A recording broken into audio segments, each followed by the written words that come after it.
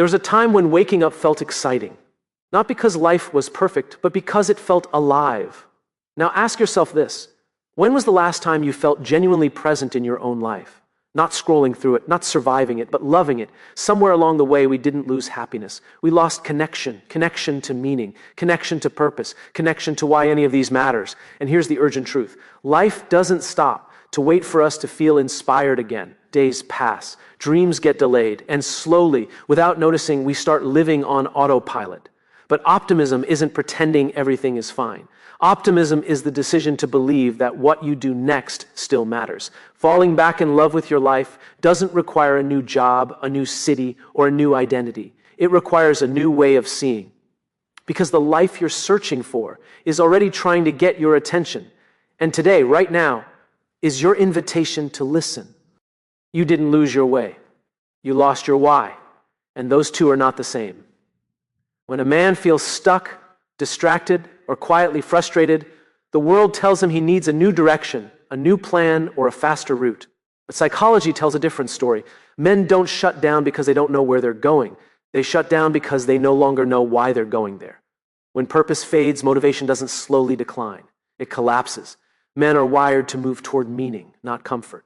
From a man's perspective, effort without meaning feels like failure, even when things look fine on the outside. He may have the job, the responsibilities, the routine, yet feel internally disconnected. From a woman's perspective, this often shows up as emotional distance or silence, not because he doesn't care, but because he no longer feels useful, needed, or aligned with something bigger than himself.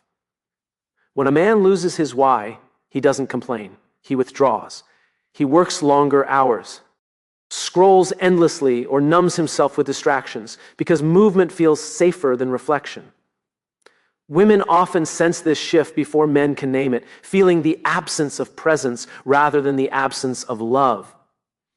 Reconnection doesn't begin with fixing behavior. It begins by restoring meaning, because when a man remembers why he matters, he naturally remembers how to live. Autopilot is the most dangerous place to live because nothing is technically wrong, yet everything slowly loses meaning. From a man's perspective, autopilot feels like responsibility done right. Wake up, work, provide, repeat. It looks productive, disciplined, even admirable. But psychologically, it creates a quiet disconnection where days blur together and life becomes something to manage instead of something to experience. Men often enter autopilot to survive pressure, not because they are careless, but because consistency feels safer than vulnerability. When emotions are ignored long enough, routine replaces reflection and motion replaces direction. From a woman's perspective, this state doesn't look like strength. It feels like emotional absence. She may see a man who is physically present but mentally elsewhere, fulfilling roles without truly showing up inside them. Autopilot numbs both joy and pain, and that numbness is what slowly drains optimism. Men stop asking if they are fulfilled and start asking only if they are functioning. Women sense the loss of spark before it's spoken, because connection requires presence, not performance. The danger of autopilot is not that life falls apart, but that it keeps going without intention, while purpose quietly waits to be reclaimed. Optimism is a choice before it's a feeling, and that distinction changes everything about how men experience life. From a man's psychological perspective, waiting to feel hopeful before acting often leads to paralysis. Men are taught to trust logic, results, and evidence, yet optimism demands something uncomfortable. First, a decision without proof. It asks a man to move before confidence arrives, to believe before circumstances improve. Men don't lose optimism because life is hard. They lose it because effort starts to feel pointless. When outcomes feel disconnected from intention, hope feels naive. From a woman's perspective, this loss doesn't look like realism. It looks like resignation.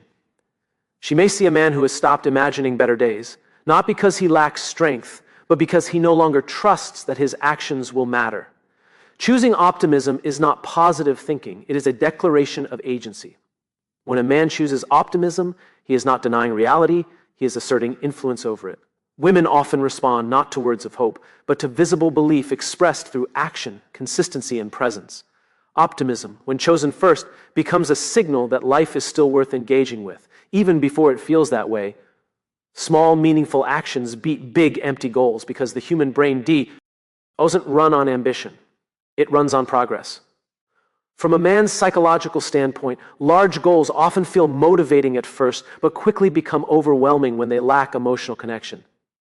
Men are conditioned to chase milestones, titles, and outcomes, yet without meaning, those achievements feel strangely hollow once reached. Men stay committed not to goals, but to actions that reinforce identity. When daily efforts align with who a man believes he is or wants to become, motivation sustains itself. From a woman's perspective, the impact of small actions is often clearer than grand plans.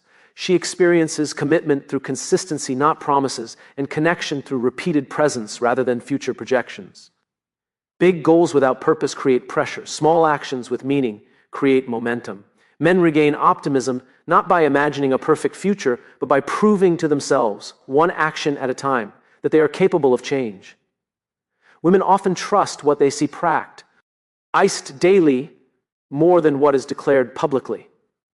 When life feels heavy, it is not massive breakthroughs that restore love for living, but small intentional choices that quietly rebuild belief and emotional safety. Fall in love with progress, not perfection, because perfection is a moving target that quietly teaches men to feel perpetually behind. From a man's psychological perspective, perfection often disguises itself as discipline or high standards, but beneath it lies fear of failure, judgment, or not being enough. Men learn early that mistakes cost respect, so they delay action until conditions feel ideal and life begins to stall. Progress, on the other hand, rewards effort rather than outcome.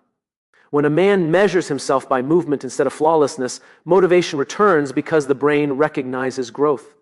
Small wins rebuild confidence, while perfection erodes it by turning every step into a test. From a woman's perspective, perfection doesn't feel inspiring, it feels distant.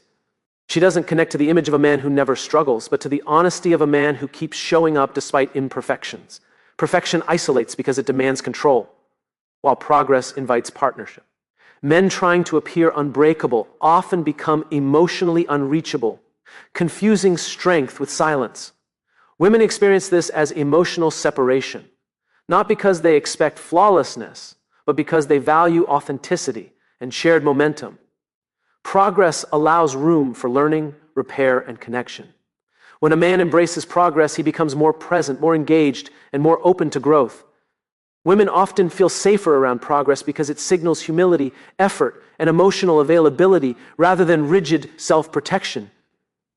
Your life changes the moment you decide it matters, because meaning is not discovered, it is declared. From a man's psychological perspective, waiting for external validation often feels responsible, even logical. Men are taught that worth is earned through results, sacrifice, and endurance. So many delay self-belief until someone else confirms it. That delay slowly trains the mind to treat life as an obligation rather than an opportunity. Deciding that your life matters shift the internal hierarchy of priorities.